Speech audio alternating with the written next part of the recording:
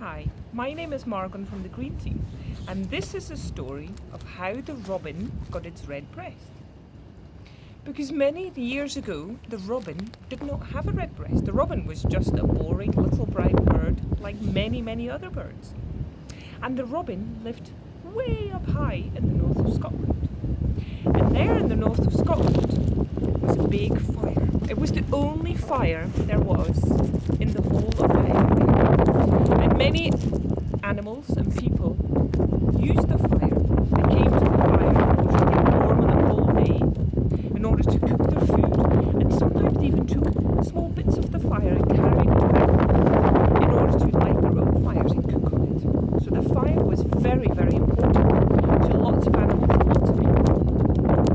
And a father and a son kept this fire going day and night, so they quite often worked shifts. They would sometimes work during the day, and then the father would sleep, and then the son would work.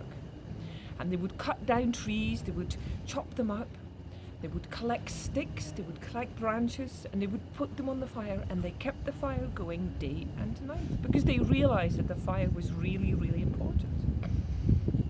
One day, however, the father got ill, and the son had to keep the fire going all by himself. And he wasn't very old, maybe about 10 years old. So the son couldn't really cut down any trees, but he could still collect branches and sticks from the area and put logs on the fire. And that's what he did. And he still managed to keep the fire going. However, after about 2, maybe 3 days, the son was getting very tired. And after a long afternoon of working, he sat next to the fire and he was tired and he fell asleep. And there he lay, sleeping next to the fire. And the fire, instead of being a big roaring fire, got smaller and smaller and smaller, till there was only tiny little embers left. And it was nearly going out. Nobody noticed, apart from the robin. He sat up in a tree, quite close to the fire, and he would always watch everything that was happening. And he'd noticed that the father was ill, and he was in his bed, and he hadn't come out of his bed for days. And he noticed that the little boy was doing all the work by himself. And he also noticed that the boy had fallen asleep. And nobody noticed. The robin looked around. None of the animals had noticed. And he thought, oh, what's going to happen if the fire goes out?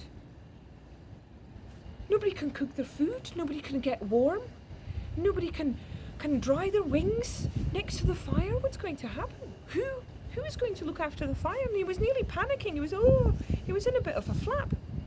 And then he saw some little sticks, and he picked up the little stick and he put it on the fire, and a few more, and he flew back and forth because he thought, if I don't do something, then nobody else will. And then he blew on the fire and tried to keep the fire going. Nothing happened. And again, back and forth with sticks, more sticks on the fire, but blowing. And eventually the small embers came to life, and the sticks caught fire. And again the robin quickly back and forth, more sticks on the fire, and flapping his wings to get the fire going.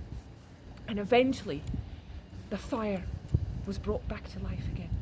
And the little boy, from the heat of the fire, that woke him up, and he hadn't realised what the robin had done. So he put more bigger sticks and bigger logs on, and the fire came a lot more back to life. And the poor little robin was so tired because he'd worked so hard. He flew back up to his branch, and he sat there absolutely exhausted, and he looked down to his front of his chest, and it was all burnt, singed, it was black, all the feathers were, and he felt so upset and sad and sorry for himself. He was tired, he was smelling of smoke, and the whole front of his body was completely burnt.